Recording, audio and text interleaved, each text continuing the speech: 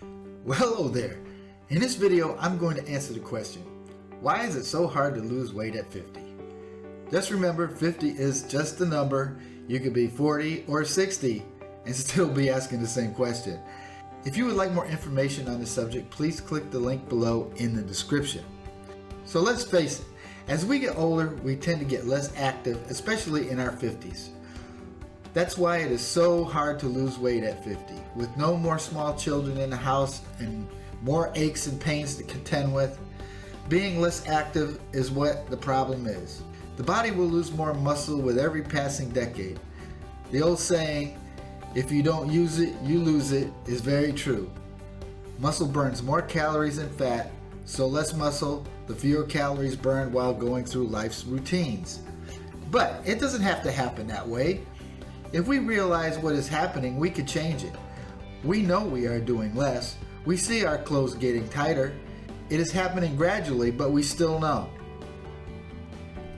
Our bodies were meant to last us a lifetime, but if we stop using our bodies, we gradually slip into obesity, which will lead to muscle loss, which will lead to type 2 diabetes, going on medications, and eventually organ failure, then a slow, painful death.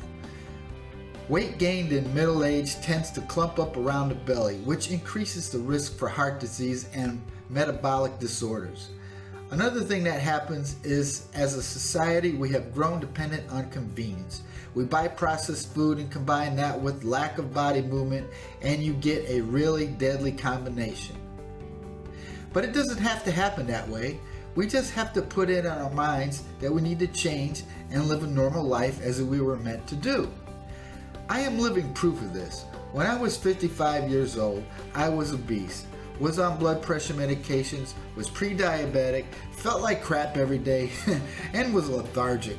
I watched my father die a very slow, painful death, and when he died, I rolled back the video in my head, and I remembered the exact day my father gave up on life and became a couch potato.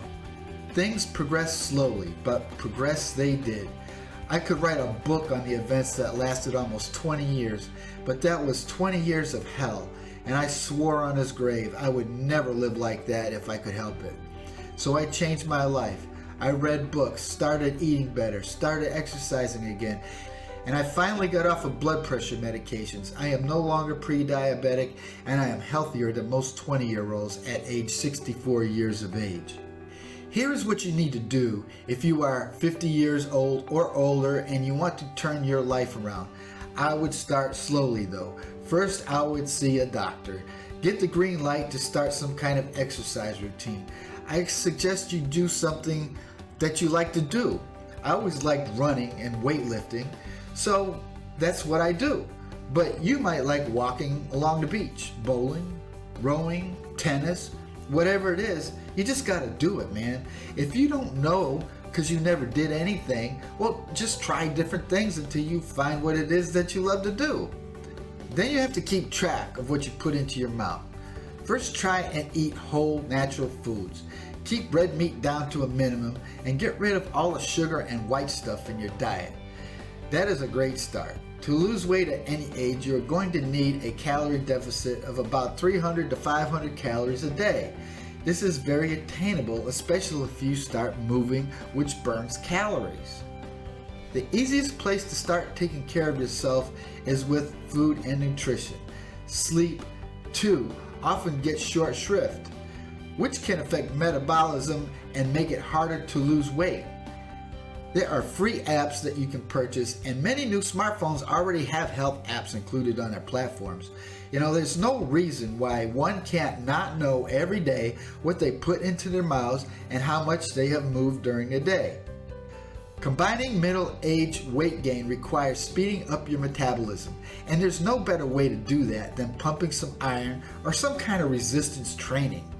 Transforming your fat into muscle increases your metabolism and helps the body burn more calories just plain naturally.